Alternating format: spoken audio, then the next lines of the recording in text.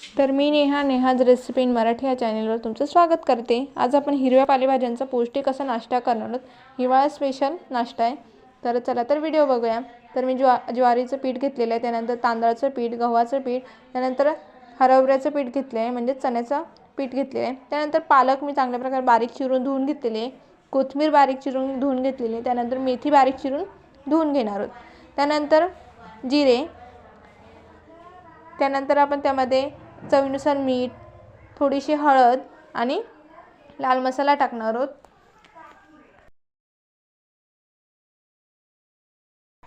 त्यानंतर त्यामध्ये मी हिरवा मसाल्याचा ठेचा टाकलेला आहे, मिरची आणि लसणाचा तो टाकणार आणि तेलाचं मोहन म्हणजे तेल गरम करून ते टाकणार आहे।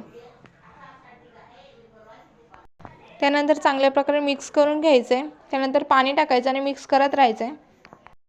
त्यानंतर थोडं पाणी टाकायचं आणि मिक्स करून घ्यायचं आहे। जोपर्यंत आपल्या थालीपीठासाठी मस्तपैकी मिश्रण मिक्स करतोय तोपर्यंत माझ्या चॅनेलला जर नवीन असेल तर नक्की चॅनेलला सबस्क्राइब करा, ज्यामुळे नवनवीन रेसिपीचे नोटिफिकेशन तुम्हाला येत राहील आणि बेल आयकॉनला पण क्लिक करा।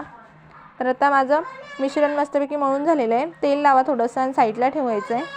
त्यानंतर आता आपण थालीपीठ करूया। तर आता मी रुमाल लावून घेणार आहे। रुमाल आपण ओला करायचा आणि त्याच्यावरती मस्तपैकी थालीपीठ तयार करायचं। व्हिडिओमध्ये दाखवल्याप्रमाणे मस्तपैकी थालीपीठ तयार करायचं। वरतून तीळ लावायचं आहे, ज्यामुळे आपला थालीपीठ मस्तपैकी कुसकुशीत असं तयार होईल, त्याला खमंग असा वास येईल। आणि त्यानंतर मध्ये होल करायचं, ज्यामुळे आपला थालीपीठ आहे तो चांगल्या प्रकारे भाजलं जाईल। तर आता आपण मस्तपैकी तवा ठेवलेला आहे, तव्यावरती मस्तपैकी आपलं धपाटा म्हणजेच थालीपीठ आपण रेडी करणार। तर आता टाकलेलं आहे मी, साईडने आपण तेल लावून घेणार आहोत। मध्यम आचेवरच 5 ते 10 मिनिट आपण खुसखुशीत असा भाजून घेणार आहोत। जोपर्यंत तव्यावरचं आपलं थालीपीठ रेडी होतोय म्हणजेच भाजून होतोय तोपर्यंत साईडलाच आपण एक थालीपीठ अजून रेडी करून घ्यायचं आहे।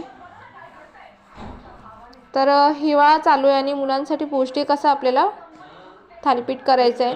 मुलांना मेथीची भाजी किंवा इतर भाज्या आवडत नाही, त्यामुळे आपण अशा प्रकारे मस्तपैकी एखादा पदार्थ बनवून द्यायचा, ज्यामुळे मुलांना सुद्धा आवडेल।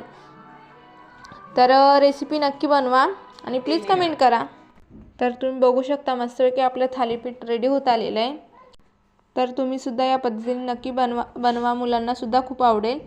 तर मस्तपैकी थालीपीठ आपलं रेडी झालेलं आहे। सॉससोबत किंवा शेजवान चटणीसोबत किंवा मिरचीच्या ठेच्यासोबत मस्त लागतं।